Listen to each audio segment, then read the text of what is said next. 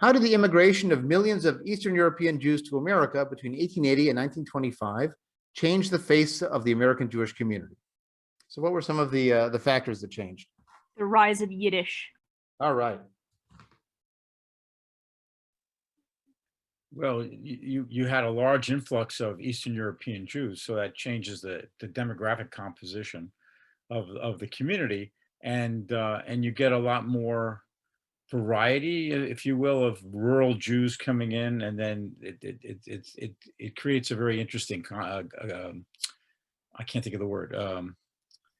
I mean, for example, my own family coming in from rural little towns, and coming to New York all of a sudden, which is a big city, and trying to fit in and so forth. Right. It moves Jewish politics to the left. By the way, those German Jews often voted Republican because they were in sort of big business circles, even back then. And of course, the Democratic Party in the 1910s and 20s was the corrupt urban party of Boss Tweed and and so on. It was the Irish Party. That was not what they were going to vote for. It's really FDR that shifts the Jewish population to voting liberal consistently. Although these Eastern European Jews are coming in with socialist sensibilities. And they're moving the Jewish community to the left. In fact, the first socialists elected to Congress are Jews from the Lower East Side, who are campaigning based on that party allegiance there. Other changes, you have a big increase in Zionism. Remember, the Reform movement said, we are not a nation. We anticipate no return to Palestine. But American Zionism takes off within American Judaism because of these Eastern European Jews who've suffered from persecution in Eastern Europe, who long for a Jewish homeland, or at least some sense of Jewish self-determination, and who know the sufferings of their brethren left behind in Eastern Europe, who need a fix now, and have that ethnic consciousness. Just like we talked about how Zionism was a harder sell in Western Europe than it was in Eastern Europe, it was a harder sell among Reform Jews who were German and more assimilated than it was among Eastern European Jews who were less assimilated and more of that ethnic Jewish community identity. You also got Jews in major centers of power in New York, in Boston, in Philadelphia, which augurs well for the Jewish future because those were hubs for growth and industry. And you wind up in the major centers of power that does well for you. As we mentioned, Jews were urbanized even in Europe. So there were rural Jews for sure, but there were also plenty of urbanized Jews, and they had their footing under them in major cities. And you also get conflicts within the Jewish community. We saw a survey from the American Jewish Committee, which was founded in the early 1900s to advocate for Jews, but you can tell by the word committee that it was sort of self-appointed, the machers, the people who had the money and knew what they could do with it. There's a rival organization that starts in the 19-teens called the American Jewish Congress, which is founded by Eastern European Jews who don't trust the American Jewish Committee to accurately reflect their perspectives. In particular, when it came to lobbying for the post-war settlement of the Treaty of Versailles, they wanted to have a voice in those negotiations because they felt the American Jewish Committee was too anti-Zionist, was too much part of that classical reform, we are not a nation messaging. And so they created a separate organization that's based on elections, called a Congress. It claims to be popular, very different from a committee. Nowadays, it's hard to tell the difference between the American Jewish Congress and the American Jewish Committee. I'm sure the people who support one or the other would yell at me because they know there's a very big difference, but from the outside, maybe not as much as there used to be. Because now you get Eastern European Jews in both and German Jews in both. What are some of the major issues that American Jewry faced in the 1930s? And which of those do they face today? Well, for one, the recent ban on almost all Jewish immigration at a really inconvenient time, considering what was happening back in Europe. Yeah. So a lot of people's families were suddenly stuck not being able to come over at the time when it'd be really, really nice for them to be able to come over. And one of the real tragedies is that during this period, there were quotas set on immigration based on what your population proportion had been in 1882 or something like that. We still use quotas. Yes. Evil. But what was even more evil was that the State Department during the Holocaust years often didn't even bother filling Jewish quotas. That's right. From places like Romania, and yeah, they did not. Right. I would say that one of the major issues in the 1930s is there's a pretty strong uptick of anti-Semitism, Mhm. and there's still a lot of restrictions. For example, my father's family went to Connecticut for a place that was a resort, but it was all Jewish, and it was all, Brooklyn and New York Jews, called Lake Mohegan. And he tried to get into Columbia. He was top of his class at Boys High, and they said, "Thanks a lot, we have enough Jews this year." And so he went to Brooklyn College instead for a year. I mean, so there were those kinds of you couldn't. The reason we have the Borscht Circuit in New York is because they weren't allowed in the Christian, resorts and nightclubs and so forth. Yeah, a friend of mine actually tells a funny story about Cincinnati, where he's from, where for a long time there were two Jewish country clubs. One was for the German Jews and one was for the Eastern European Jews, because of course the German Jews didn't want the Eastern European Jews to come into their fancy club. And this was in an era where Jews couldn't join the non-Jewish country clubs. Well, about 20 years ago, they started having a discussion about merging the two Jewish country clubs, because there wasn't really enough demand for country clubs in general, let alone two Jewish country clubs when Jews could join any country club they wanted. But in some ways, it was emblematic of these communities, because the German Jewish country club was perhaps the better golf course, actually, and it was pristine and it was prudently run financially and had no debt, but it wasn't where the Jews were living anymore. It was the old Jewish community. And the Eastern European Jewish country club, it was in debt up to its eyeballs, but it was where the Jews lived at that time. So they started negotiating, but one of the hurdles in the negotiations was that the German Jewish country club always had their Christmas tree, their holiday tree, because it was an American holiday and they wanted to put up their tree. And now the Eastern European Jewish country club was not Shomer Shabbos or even kosher necessarily, but a Christmas tree at the country club, impossible. That was just anathema to them. But you could even find responses from Reform rabbis in the 1910s and 20s, which said, yeah, fine, have a holiday tree, doesn't matter. It's an American holiday, no big deal. That was a style for some German Jews and German Jewish country clubs that became a barrier to try to merge these two clubs at that period in Cincinnati. Some other examples, Great Depression, anybody? Jews were not immune to that, right? They were in industries that were closed. They were out of work. They had, great debt issues and employment issues. In fact, a lot of those upwardly mobile Jews who had kids that became artists and writers were so thrilled at the WPA that FDR put in that could actually employ their no good kids who didn't get a degree in anything practical, doing the arts and creative stuff. So that they became huge FDR fans. In fact, there were some boroughs in Chicago that, like, some precincts voted 95% for FDR, something like that, because it was an all Jewish area, and they were thrilled to be able to vote for the guy who had helped save the country financially and economically. And with as alluded to in the comments earlier about a lot of the similar sort of reasons for Jewish people in the early film industry was in the 1930s with the invention of the modern comic book. There's a lot of the same reasons, because you'd have these artists and stuff who there'd be quotas in the fancy, prestigious advertising industries where the elite artists would go. And so you'd end up, a lot of the Jewish artists who couldn't get into those for quotas and stuff would end up working on the comic books that were in a lot of ways invented by some Jewish publishers. So of course we're fine with hiring Jewish artists and not having quotas saying they can only have so many Jewish people. And so you end up having an early comic book industry with a large percentage of major figures being Jewish. Absolutely. What are we dealing with today? Well, as I mentioned, Jews tend to be much more economically affluent, just demographically, right? Again, there are Jews who struggle and financially, and that's certainly to be understood, and many of them are seniors as well.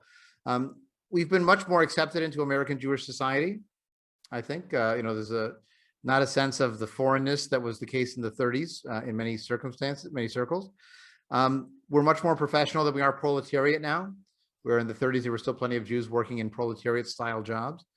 And we're still dealing with that issue of how much to assimilate to American culture and how much of a distinct identity to maintain, and then where to draw those lines. So the next one sort of takes the next step. How did American Jewish life change after World War II? Any positive or negative aspects of that? Similar to what we were talking about, the economic affluence, acceptance in American society, liberalization in some ways for those Orthodox Jews becoming more conservative, and even some conservative Jews becoming Reform. In fact, they bring with them things Reform had left out. So the Reform movement, beginning in the 19th century, many of them had eliminated the bar mitzvah because they said, we're not doing mitzvot, we're not doing ritual commandments. So why celebrate the time of having to do all the ritual commandments? They had confirmation, which coincidentally had the same title as the Lutheran ritual that already existed. You know, it's not really a coincidence. But they simply were able to model that as an example for their coming of age event. And they eliminated bar mitzvah. And it's only really in the 1950s when you get Eastern European Jews who are integrated enough to start joining Reform temples or move out to the suburbs and join Reform temples that the bar mitzvah begins to creep back into Reform Judaism. So there are plenty of older Reform Jews, if they were raised in the 20s, 30s, 40s, even 50s, who never had a bar mitzvah because they didn't do that in Reform Judaism in that period in many places. So that changes. You get the breaking down of those barriers between the different Jewish communities. I mean, just to give you one other sort of funny example, the original version of the song By Mir Bist Du Shein was written by Sholem Sekunda, who was a Jewish songwriter. He wrote it in Yiddish. And one of the lines in it was, you may be a Galicianer and I'm a Litvak, but I don't care, I still love you. And this is about a split between different dialects of Yiddish. I mean, this isn't even like different parts of the Jewish world, it's just different parts of Poland, right? Now, the song actually became a huge hit. It was a recording studio record label, heard it being performed in Yiddish at the Apollo Theater in Harlem, of all places, because at this time there were a lot of Jews and African Americans living side by side. And they got Sholem Sekunda to sell them the rights to the song for like $25, something ridiculously cheap. And so what they did is they translated it from the Yiddish they put into German, and most of the words they had sung in English, and they had a very goyish group called the Andrew Sisters record it. And so By Mir Bist Du Shein became a huge hit, and many people had no idea what the song was actually called. They'd go into sheet music shops and say, can I get a copy of Buy Me a Beer, Mr. Shane? they didn't know what the song was. But the hilarious like coda to the story, or postscript to the story, is that many, many years later, Sholem Sekunda is on a trip. He's in Japan, of all places, and he's getting a massage. And the masseuse asks him, oh, you're from America. Do you want to hear an American song while I do the massage? And he says, sure. And she starts singing By Mir Bist Du Shein to him, but in the English translation, of course, right? And the Jewishness, the Yiddish resonance is left far behind, because the Galicianer Litvak joke doesn't make sense after a while. You know, all those Romanian and Hungarian synagogues that couldn't stand each other, after a while they wind up merging because who cares? The old animosities are gone. American Judaism after World War II was characterized by strong affiliation rates with synagogues or Jewish institutions. Jewish community centers grow, and there's strong support for Israel, and then ultimately for commemorating the Holocaust, particularly through the 70s, 80s, and 90s. Some of the bad sides of the American Jewish community in this period, that suburban sprawl sometimes decreased a sense of integral Jewish community you had in close neighborhoods, and conspicuous consumptions, for example, the bar bat mitzvah balagan, a mess that's out there, certainly is not one of our finest hours as a religious ethical community. And sometimes the focus of our Jewishness was on not here. You know, if the focus of your Jewishness was Holocaust, that happened over there. The focus of your advocacy was Israel. That's not here. What about American Jewish life? So klezmer music, which we think of as this wonderful Jewish institution, it goes on a tremendous decline in the 20s and 30s. There's only a rebirth in the 1970s after the birth of multiculturalism. And people realize, oh, yeah, being Jewish ethnically is okay. You know, they see Fiddler on the Roof. Oh, those are my ancestors. In fact, one of the imagined titles for Fiddler on the Roof was Where Papa Came From, because it's about roots. So all of this changes after World War II, particularly in the 70s, where you begin to reclaim that cultural Jewishness that had been diminished and minimized before that. So number 5 talks about the 2 platforms of Reform Judaism. We didn't have time to talk about the 1999 platform, but if you were curious, you can take a look. There's a website. You could do a search for Pittsburgh Platform 1985 or Pittsburgh Platform 1999, because in 1999, they went back to Pittsburgh and put out a very different platform for the Reform movement going into the 21st century. It does not use the word Bible. It uses Torah. It uses lots of Hebrew. It doesn't talk about a God idea. It talks about God, and they mean it. So it really is worth exploring that new version compared to the old version and see some of the changes that took place. It's really interesting. I for some reason I was going and I ended up looking at some of the responsa from the Union of Reform Rabbis. I forget exactly the full title, but anyway, and so many of them, I'm like, these people should not be Reform rabbis. They've like lost all the spirit of the original. They're like citing these Orthodox opinions for their conclusions that are very Orthodox. It's like, but the whole formation of you guys was that these things aren't binding. Why are you treating them as binding now in your responsa? This is, at the very most, you should be conservative. This should not be. Well, so. and you know, remember that model of take off your hat going into the synagogue, right? Don't wear the ritual thing.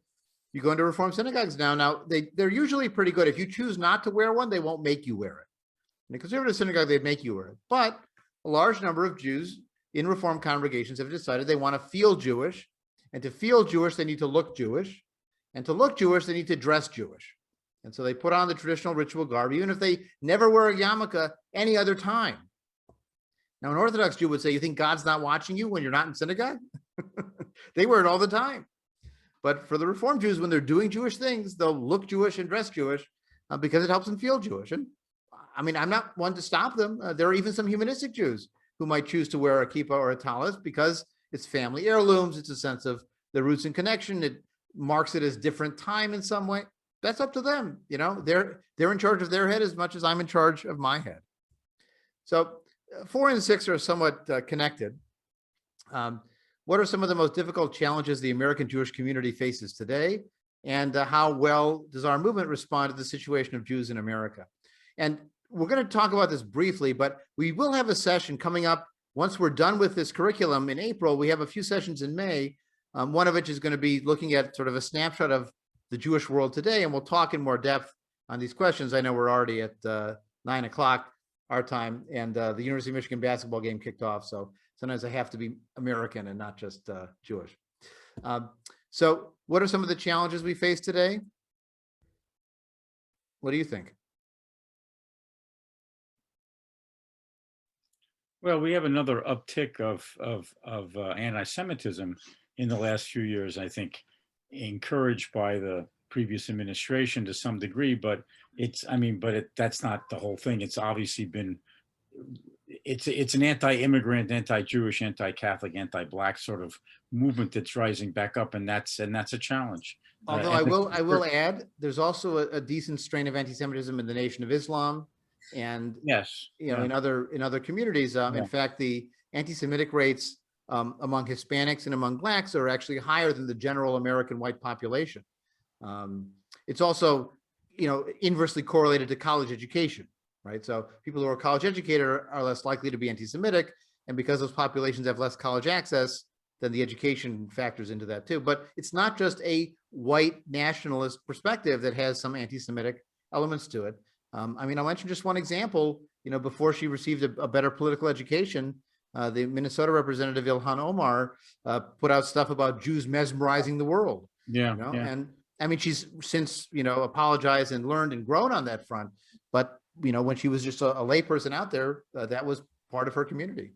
Well, certainly Louis Farrakhan and stuff is certainly losing the right. atmosphere. Yeah. Yeah, doesn't help. And there's even a group called Black Israelites that attacked the grocery store, attacked the Jewish school in, I think it was New Jersey or New York some months ago. New York, yeah. Yeah, so we get it from both ends, unfortunately. Other issues we're grappling with? I had one thing to say. Sure. Our congregation, which I joined, I think in about 1973 or 4, something like that. It was just getting started. So this was a real revolutionary thing to us, and nobody had ever even heard of it. We moved to Lincolnshire thinking it would be like Highland Park or one of those other places. Turns out there was one Jewish family in this whole development at that time. We ended up having 3 rabbis there at one time, though, but it was one Jewish family. And the amazing thing was how fast it grew.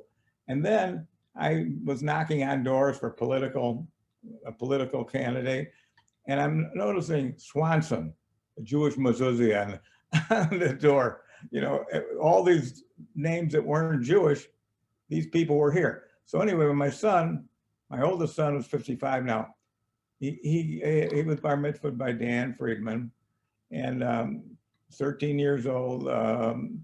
It would be 1970. Can't even think of it. Doesn't matter. Yeah, 1980. Okay, 1980. His class, which was in Lincolnshire, a school right there, only bar mitzvah in the school ever at that time. There had never been a bar mitzvah. The kids were so excited about going to a bar mitzvah. You know, they didn't even know what it was. So things have come very fast. I think between intermarriage and the things that Dan Friedman helped put forward and all those people who would do it, and a lot of rabbis wouldn't, a lot of rabbis were doing intermarriage in secret. My partner's son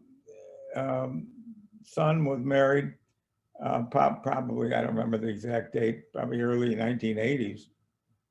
And at that time, the rabbi, the temple he belonged to, and the rabbi was well known, I can't remember his name, he wouldn't marry him, do the real marriage, but he did it secretly, do it later in the house with a small group of people, have a Jewish wedding. Right. And is there any wonder why all those people who are intermarried didn't raise their families as Jewish? You know, if you were rejected like that, why would you bother, you know, trying to find a community? And if the rabbi said, this is a disaster, I'll only do it in secret in my office because there's something shameful about it, why would you bother to stick around? Hold on, Bill, I muted you. Okay, Bill, we can't hear you because I muted you. It's all right. You know, some of the other challenges we definitely have affluence and less affluence. You know, we created a model of the suburban synagogue with dues. Do you know who else charges dues? Country clubs, right? High fixed amounts. And if you can't afford it, you have to apply to a committee and show your tax returns in some cases. I mean, it's obnoxious. But the assumption is that everybody can afford it. And if you can't afford it, you're unusual. So that's an assumption about people's affluence in various communities. And, you know, it's you talk to non-Jews sometimes and they're mystified by this because, of course, churches often run on a pass the plate kind of voluntary commitment, which some synagogues are starting to do, including our own. I remember one year we put out a Groupon for high holiday tickets. We thought this would be, you know, a clever way to get our name in front of more people. And if, you know, if we get 50 more people into the service, we have the room. And so we get half the revenue, but they wouldn't have come anyway. So why not? We got a number of calls from people saying, do you actually charge for your holiday services tickets? And they were shocked. And I did get a couple of other Jewish communities complain saying, oh, it's so obnoxious. You advertise it. Like I said, we didn't invent tickets and we didn't invent advertising for Jewish. Every synagogue put an ad in the Jewish paper, in the general paper back then. You know, that was very common in the Pioneer Press, the Tribune, local papers. So we didn't invent advertising for high holidays and we didn't invent tickets. We just decided to use Groupon because that's the way to reach people. The thing is, you were underpricing them. That was the real problem. Yeah, whatever. But the reality is that some people were just shocked that we did that at all. And so there has been a trend in the Jewish community towards some kind of voluntary dues, or because they realize this split between the affluent and the non-affluent is leaving people out.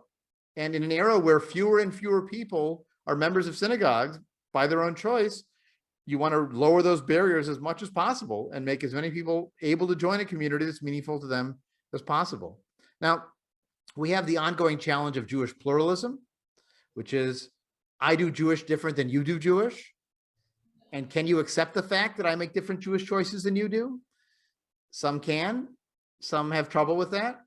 But the ones who can handle it manage to get along pretty well. I mean, I'm on the Chicago Board of Rabbis. I've been there now for 10, 11, 12 years, something like that. I can't remember exactly when the formal admission was.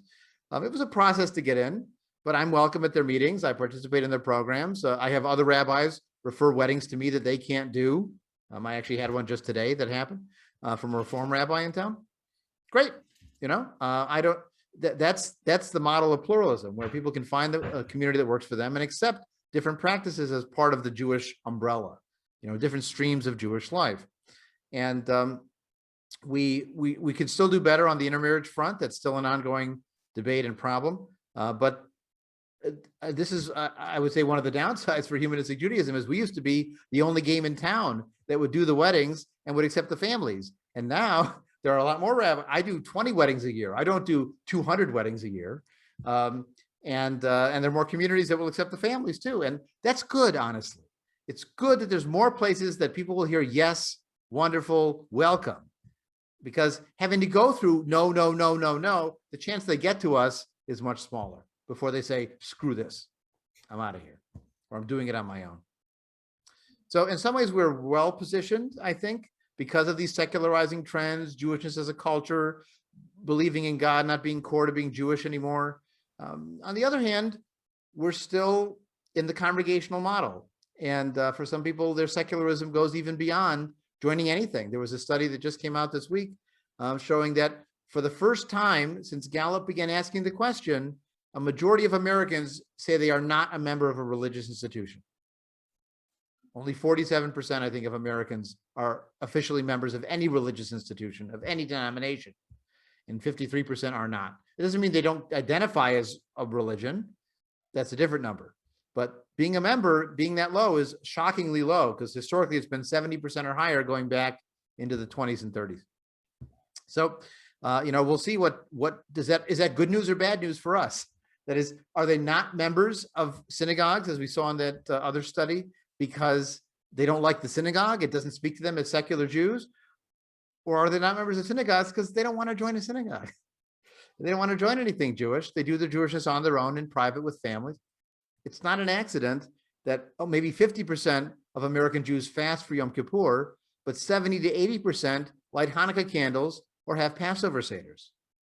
Why are those two much more observed? Well, they're supported by the surrounding culture, right? You've got Christmas, you've got Easter, so Hanukkah and Passover. I sometimes get couples coming to me to get married, and the Jewish partner says, we do the high holidays, Passover and Hanukkah. Because for them, those are the most important Jewish holidays of the year. So with that experience, why are Hanukkah and Passover so well observed? Why does Maxwell House come out with a Passover Haggadah and not a Rosh Hashanah Machzor that they give out with their coffee? Well, because they're home holidays, they're family holidays, they're holidays around food. They don't cost you that much to do, unlike joining a synagogue or paying for holiday tickets. They're episodic. You know, it's 8 days, it's 7 days. It's not keeping kosher. It's not being a member. It's not going to services every week. And they have family memory and heritage to them. There's heirlooms you can use. Those are all positives. They're hooks that have connected Jewish identity for Jews who may not be a member of anything, may never set foot in a synagogue. And 1/5 of American Jews say they never attend synagogue for anything, according to that Pew study. But there are plenty of Jews who still do their Jewishness at home as a family identity, because for them it isn't a religion in a synagogue or a temple. It's who they are, and it's their sense of ancestry and culture, and that for them is being an American Jew.